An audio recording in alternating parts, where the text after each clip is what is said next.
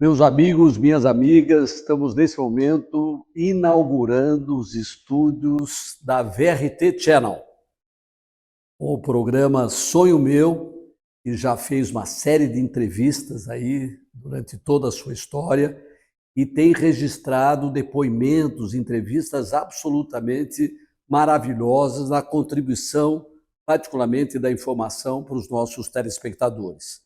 Só para lembrar, a VRT Channel está na Amazon, está na Samsung, está no seu aplicativo que você pode adquirir nas lojas, mas está em mais de 2.000 cidades brasileiras, 30 milhões de televisores conectados durante o mês, mostrando a possibilidade de divulgarmos aqui aquilo que há de bom no Brasil e no mundo. Eu tenho muita alegria hoje de trazer o secretário Luiz Carlos Zamarco, secretário de Saúde do município de São Paulo. Vocês terem a importância disso, São Paulo conseguiu o título do local que mais deu atendimento, apoio e resolutividade na época da pandemia. E o Zamarco estava lá. E ele vai nos contar tudo sobre isso, das questões de saúde, da epidemia, da contribuição que o sistema de saúde em São Paulo está dando do ponto de vista de vanguarda para o Brasil. Zamarco, muito prazer em tê-lo aqui. Eu sonhava em fazer essa entrevista depois de uma série de outras que fizemos aqui em nosso programa. Seja muito bem-vindo e eu vou lhe fazer a primeira pergunta. O que você sonha para a saúde de São Paulo nos próximos 10 anos?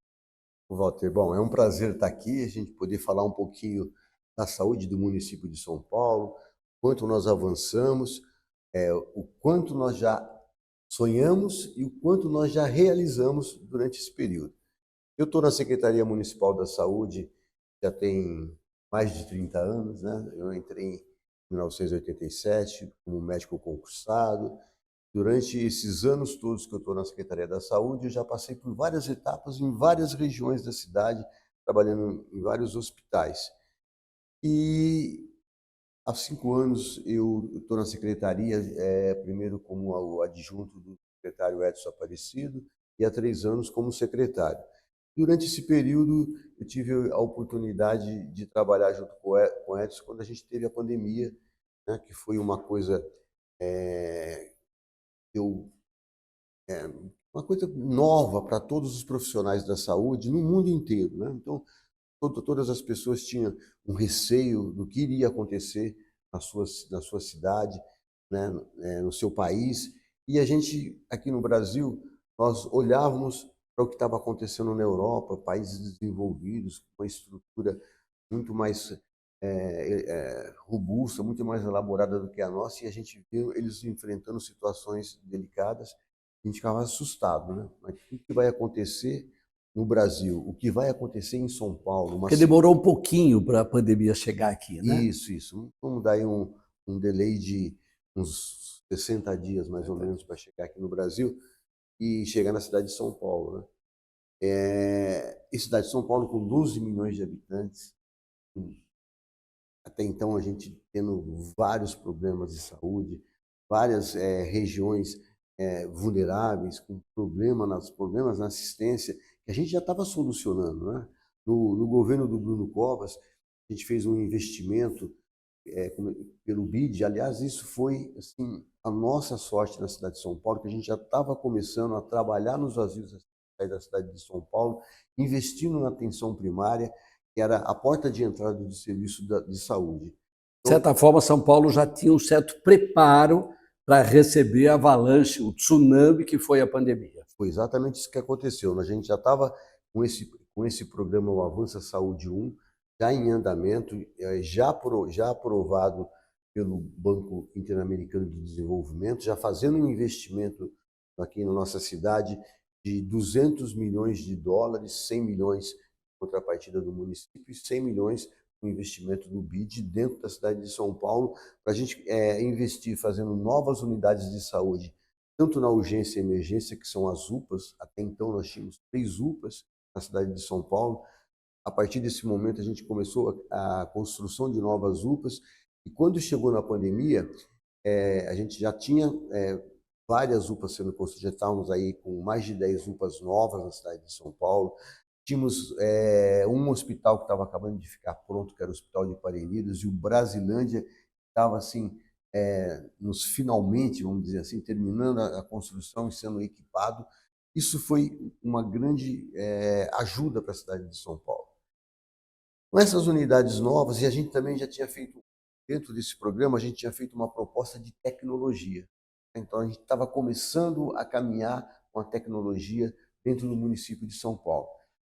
E aí, o que nós fizemos? Quando a gente começou a pandemia era uma coisa nova, nós tínhamos na época um pouco mais de 350 leitos de UTI para adulto e menos de 100 leitos de UTI infantil, quer dizer, praticamente 400 leitos para cuidar da nossa cidade até então, que já era um problema difícil, e estamos entrando com uma doença que essencialmente nós precisávamos de leitos de UTI.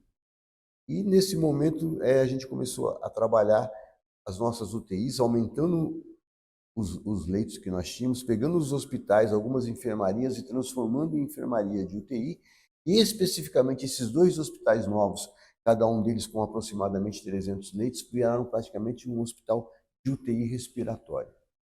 Foi o que deu um grande respaldo para a cidade de São Paulo. Para você ter uma ideia, nós saímos aí de pouco mais de 400 leitos para 1.475 leitos de UTI. Isso foi um grande avanço e foi isso que ajudou a gente conseguir salvar muitas vidas na cidade de São Paulo. E a tecnologia também foi uma coisa importante, porque as pessoas tinham medo de ir até os serviços de saúde, e muitas vezes, quando elas procuravam o serviço de saúde, elas já estavam já num estado mais avançado, já se complicando com a doença.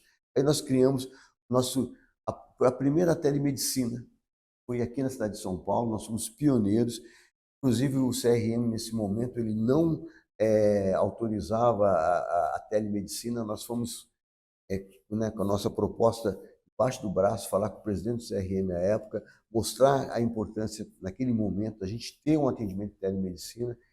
Foi autorizado, nós criamos o @Covid.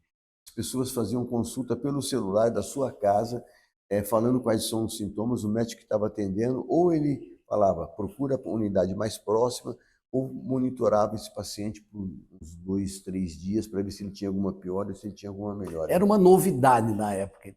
Isso foi assim, essencial para a gente e foi assim, o nosso pontapé inicial na tecnologia que nos ajudou e trouxe a população para mais perto do serviço de saúde, porque ela estava com medo. Então, a tecnologia ajudou a você aproximar a população do serviço de saúde para a gente ser um pouco mais rápido e ser mais precoce na intervenção desse paciente antes que ele complicasse. Porque quando ele complicava, ele já precisava de uma vaga de UTI e muitas vezes a gente tinha um desfecho desfavorável. E parte dos problemas poderiam ser resolvidos por essa tecnologia. O indivíduo em casa, ele podia ser tratado no limite que era possível, não tinha necessidade de demandar a unidade física. Exatamente. E ali você também conseguia fazer, além do tratamento, fazer um monitoramento desse paciente.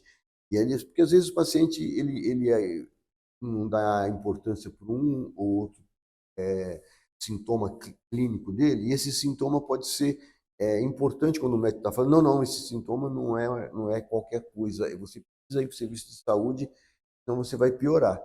Isso foi uma das coisas que evitou que o paciente ficasse em casa e muitas vezes piorasse em casa, e a gente não tivesse tantos óbitos na residência como a gente viu em outros países. Então isso foi um grande avanço. E um outro avanço que a gente teve foi a gente teve uma integração muito grande dos profissionais de saúde. E aí, quando eu falo uma integração, foi a integração entre os funcionários que atuavam na atenção primária, quanto com os profissionais que atuavam na atenção da urgência e emergência, na atenção hospitalar. Porque o que aconteceu? Nós pegamos as nossas unidades básicas de saúde e todas elas foram utilizadas como a porta de entrada. Então, a gente começou a falar para o paciente vir até as nossas unidades e, mais uma vez, a tecnologia foi utilizada e a própria unidade básica fazia o monitoramento desses pacientes que procuravam os nossos serviços E ao invés de falar para ele assim, se você não melhorar em 2 ou 3 dias, você volta aqui. Não, nós entramos em contato com ele todos os dias. Se ele estava tendo alguma piora, às vezes até 2 vezes no mesmo dia, falava, não, vem para dentro do serviço de saúde. E aí nós colocamos os hospitais de campanha.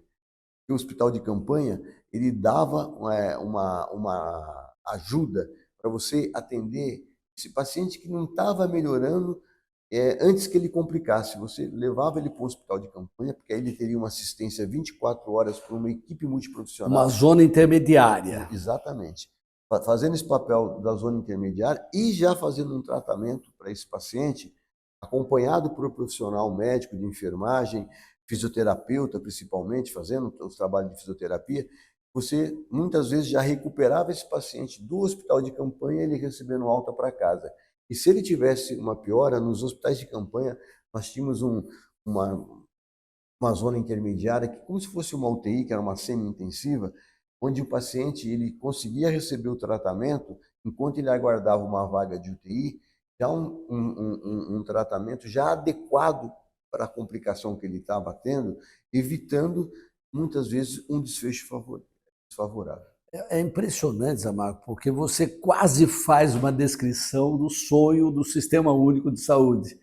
É incrível. Nós que, de certa forma, participamos da construção desse modelo, as nossas mais variadas atividades, sempre sonhávamos com isso, com a integração da atenção básica, atenção secundária, atenção terciária, a integração da equipe de saúde, um comando centralizado, a universalidade, a possibilidade de todas as pessoas terem acesso, independente da sua classe social, origem ou região, da cidade ou da região atendida. É impressionante, eu diria que para quem é da saúde, quem é a população que foi atendida, chega a ser uma jornada quase emocionante, épica, né? Um fato relevante na história do Brasil e no mundo, em que a cidade de São Paulo se revela como a mais importante vanguarda na construção desse modelo e na resposta que deu. Eu queria saber, você, como um profissional de carreira, eu me lembro várias vezes, eu ouvi o prefeito Ricardo Nunes dizer, o meu secretário de saúde é de carreira, ou seja, ele tem experiência no sistema, já passou por várias unidades, ele fala isso com muito orgulho. Como é que um indivíduo de carreira, que prestou concurso, passou por várias unidades, cumpriu o papel de plantonista, que ainda você tem, é incrível. O Zé Marco é plantonista no hospital aqui de Suzano, na região metropolitana de São Paulo, e é secretário de saúde da nossa cidade. Ou seja, como é que é isso, viver esse momento épico, ter o resultado, ser considerado o local mais importante do mundo, ganhando prêmios? Como é que é essa sensação incrível, talvez única, que você pôde viver? Assim, São Paulo foi protagonista, né, durante a pandemia de Covid. Então, eu sempre falo, né, que todo mundo olhava para a nossa cidade e copiava o que nós fazíamos. Então, a gente tinha a obrigação de acertar. Isso, isso fez com que todos os profissionais de saúde do município de São Paulo ficassem motivados, né? E a gente, nessa integração que nós tivemos, isso foi um grande legado que ficou para a cidade de São Paulo. Depois da pandemia, a gente ficou com mais leitos de UTI e uma experiência onde que essa integração de trabalhos, criando linhas de cuidados no município de São Paulo, foi o que nos motivou no pós-pandemia e tem sido assim, um resultado muito exitoso na cidade de São Paulo. Porque depois, no pós-pandemia, todas as cidades, o Brasil, a cidade de São Paulo não foi diferente, as pessoas se distanciaram dos seus tratamentos, né? O hipertenso descontrolou, o diabético deixou de tomar muitas vezes a Não era a medicação. prioridade naquele momento, Isso. né? Não, e como ele já tinha alguma comorbidade, se falava na imprensa que quem tinha comorbidade corria mais riscos. Então, as pessoas que tinham alguma comorbidade foram as primeiras que abandonaram o serviço de saúde, porque ela achava que eu tenho algum problema, se eu for lá, eu vou me contaminar com o vírus e vou ter problema, né? Então, Aí, no pós-pandemia, a gente teve que resgatar todas essas pessoas, trazer essas pessoas de volta para o sistema de saúde, e isso foi um trabalho, novamente um trabalho conjunto. Aí nós já utilizamos a nossa experiência que a gente já tinha aprendido na pandemia, que era trabalhar em conjunto, a atenção hospitalar e a atenção primária, criando os avanços à saúde. E aí nós colocamos o avanço à saúde diabético, o avanço à saúde hipertenso, e você começou a olhar a cidade de uma outra forma, uma forma mais organizada.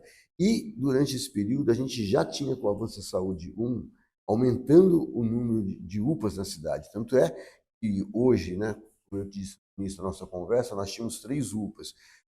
Fomos construindo várias UPAs. Durante a pandemia, nós não deixamos de cuidar do que nós estamos fazendo na infraestrutura da cidade. Fui cuidando da pandemia, fizemos as adaptações que tínhamos que fazer com os novos leitos de UTI dentro desses hospitais que eles eram hospitais gerais, que viraram leitos de UTI. Depois, no pós-pandemia, fomos desmobilizando e fazendo eles voltarem para a sua origem, que eram hospitais gerais nas regiões onde eles estavam localizados. Várias UPAs nossas, elas também quase que se transformaram em UTI. Teve determinados momentos que a gente estava com tanto paciente grave, precisando de serem entubados. Nós não tivemos falta de respirador na cidade, porque a gente já vendo o que aconteceu nas outras Foi cidades, estocando, preparando. nós fomos nos preparando, pedindo aparelhos de ação mecânica para a cidade de São Paulo. Tivemos um grande número de aparelhos que foram todos locados. A gente fala que São Paulo alugou, acho que os aparelhos do Brasil inteiro, por isso que faltou nos outros países, não faltava aqui. Mas a gente já teve essa ação preventiva, já olhando o que estava acontecendo nas outras cidades. Então, eu vejo hoje a cidade de São Paulo, e a gente trabalha muito de uma forma organizada, olhando quais são as necessidades e estabelecendo prioridades. Nós fizemos isso na pandemia, isso foi um motivo da gente ter conseguido fazer um tratamento eficaz na cidade de São Paulo, e essa experiência ficou como legado para nós, assim como ficou como legado os vários equipamentos, os leitos de UTI, né, que nós deixamos na cidade, mas ficou como legado a nossa experiência. E a nossa experiência é estabelecer prioridades na cidade de São Paulo. E hoje a gente trabalha com isso, estabelecendo prioridades para você verificar o que você tem que fazer primeiro para você ter uma boa resposta na saúde. Então, a gente tem como experiência, você já fala bastante disso, o infarto do miocárdio, por exemplo. A gente conseguiu fazer diminuir a mortalidade de 30% para 4%. Isso é um trabalho de prevenção, onde a gente faz o avanço à saúde, cuidando do diabético, trazendo o diabético para dentro do sistema de saúde, para que ele faça um controle da diabetes, trazendo o hipertenso para dentro do sistema de saúde, para que ele faça o controle da sua pressão, para evitar que ele tenha um desfecho desfavorável, evoluindo para o infarto.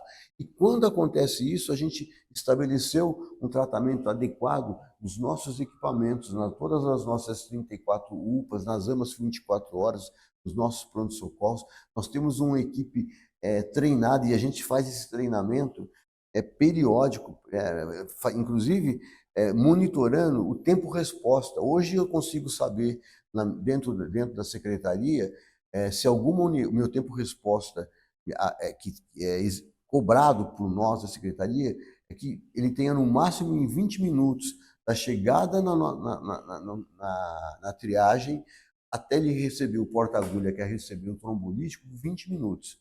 Se uma unidade, a gente fizer um monitoramento, nesse monitoramento, alguma unidade passar desse tempo, ela vai ter que justificar por que ela ultrapassou esse tempo.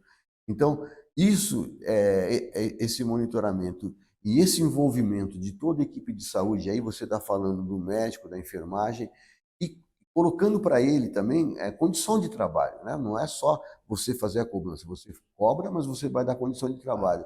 E qual a condição de trabalho que nós demos para os nossos profissionais?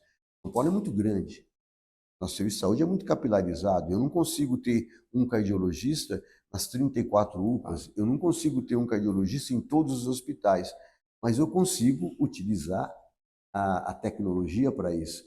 Então, como é que nós utilizamos a tecnologia? Hoje, o paciente, na hora que ele entra na sala de emergência com uma suspeita de infarto, o médico emergencista roda nele um eletro, esse eletro é encaminhado via tecnologia para o cardiologista que está 24 horas à distância. Nós temos aí contratualizado o HCOR, na BP, e mais alguns outros serviços nas cidades, onde o cardiologista fala para o emergencista, tromboliza, não tromboliza. Então, assim, ele tem a segurança de que ele vai ter um cardiologista dando um respaldo para ele naquele atendimento, para ele fazer um atendimento adequado para aquele paciente. Tem um apoio à distância permanente com o especialista. Exatamente. Agora, um dado incrível, Zé Marco, eu acabei de ler um livro chamado A Civilização do Espetáculo. Um livro do Mário Vargas Llosa, que eu recentemente. Ele coloca muito como a imprensa sempre trabalha naquilo que gera polêmica, questionamento, desapreço, questionamento, dúvida sobre aquilo que vem sendo feito, por qualquer setor, particularmente na área pública. É um dado incrível, e eu sou da área de saúde, então eu também acompanhei isso durante décadas.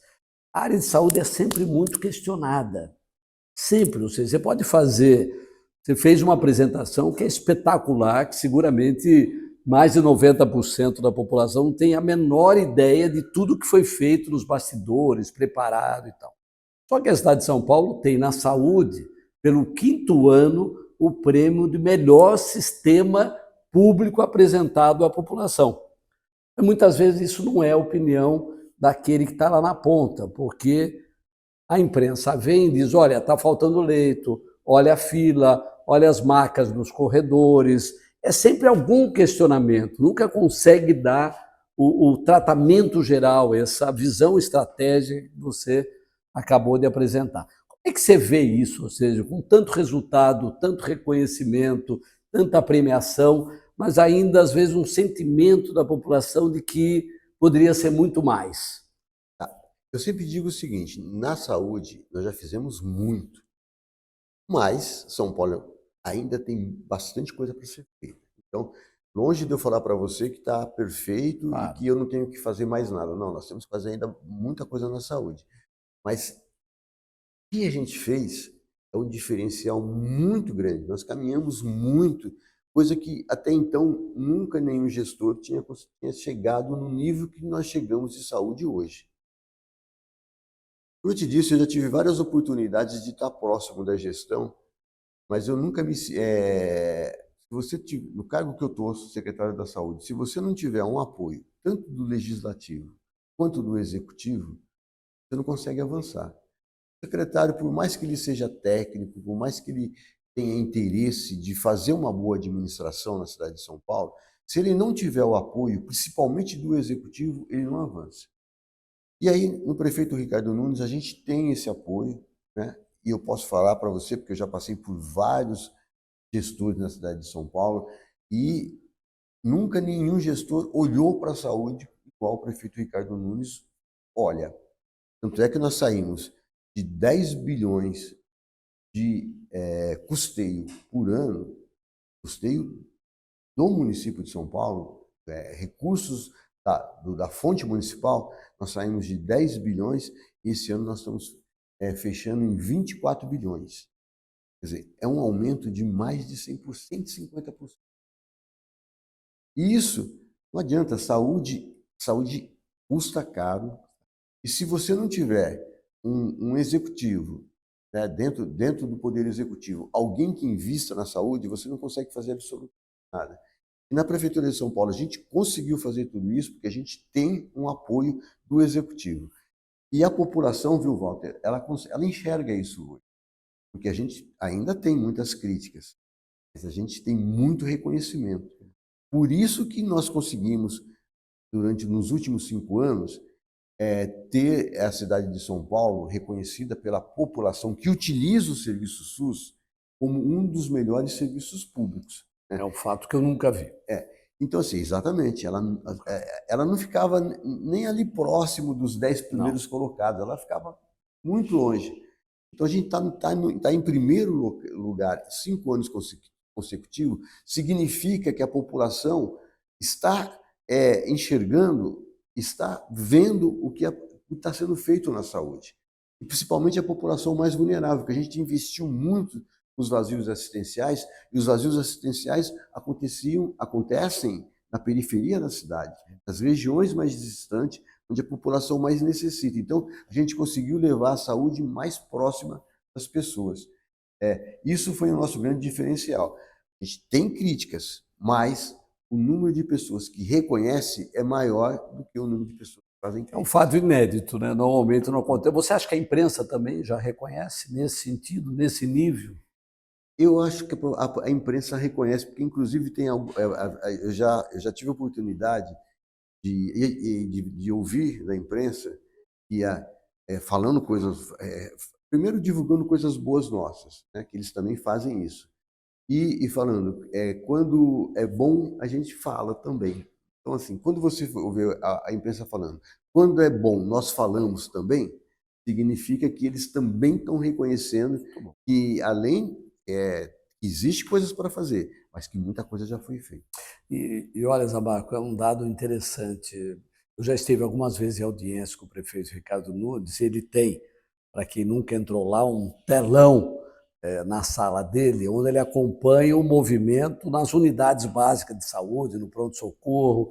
E eu já vi algumas vezes ele vê que tem alguma pessoa de pé numa unidade distante lá da periferia da Zona Sul, ele liga para o secretário e fala, ó, tem gente esperando lá, o que está acontecendo, por que a fila está demorando? Olha, entrou um cachorro lá, não é local para ter um cachorro. Eu já vi isso na prática, então eu sei, na verdade, como que esse apoio do Executivo pode ser absolutamente fundamental, não só do ponto de vista orçamentário, mas para o tempo todo estar ajudando a gestão a realizar o seu trabalho. Ou seja, isso é um fato muito relevante. É verdade, o prefeito é muito presente, não só na saúde, né, com todos os secretários, ele cobra muito de nós, uma boa prestação do serviço para a população da cidade de São Paulo. E na saúde, então, nem se fala, né, porque é um lugar onde tem muita visibilidade, onde as pessoas falam muito, então ele acompanha e ele quer saber a resposta quando tem algum tipo de crítica, e a gente tem que dar essa resposta. Olha, nós não tínhamos totalmente planejado, mas imaginávamos que o programa teria muita informação para dar. Então, nós vamos fazer o seguinte, secretário, se você aceitar, nós vamos dividir em 2 etapas. Nós encerramos agora, mas teremos um outro programa para que você possa contribuir ainda mais com as informações que a população precisa saber. Nós vamos falar sobre tecnologia, participação no governo federal e estadual, bancos de investimento, essa incrível integração, presença nos momentos de pandemia, a questão da dengue, que é um fato extremamente relevante, como é que está a permanente requalificação dos profissionais. Então, se você permitir, secretário, nós encerramos agora, mas nós voltamos para um outro programa para que você possa continuar com as informações que incrivelmente você tem nos oferecido. Nós voltamos logo, logo, programa Sonho Meu, apresentado pela VRT Teatro.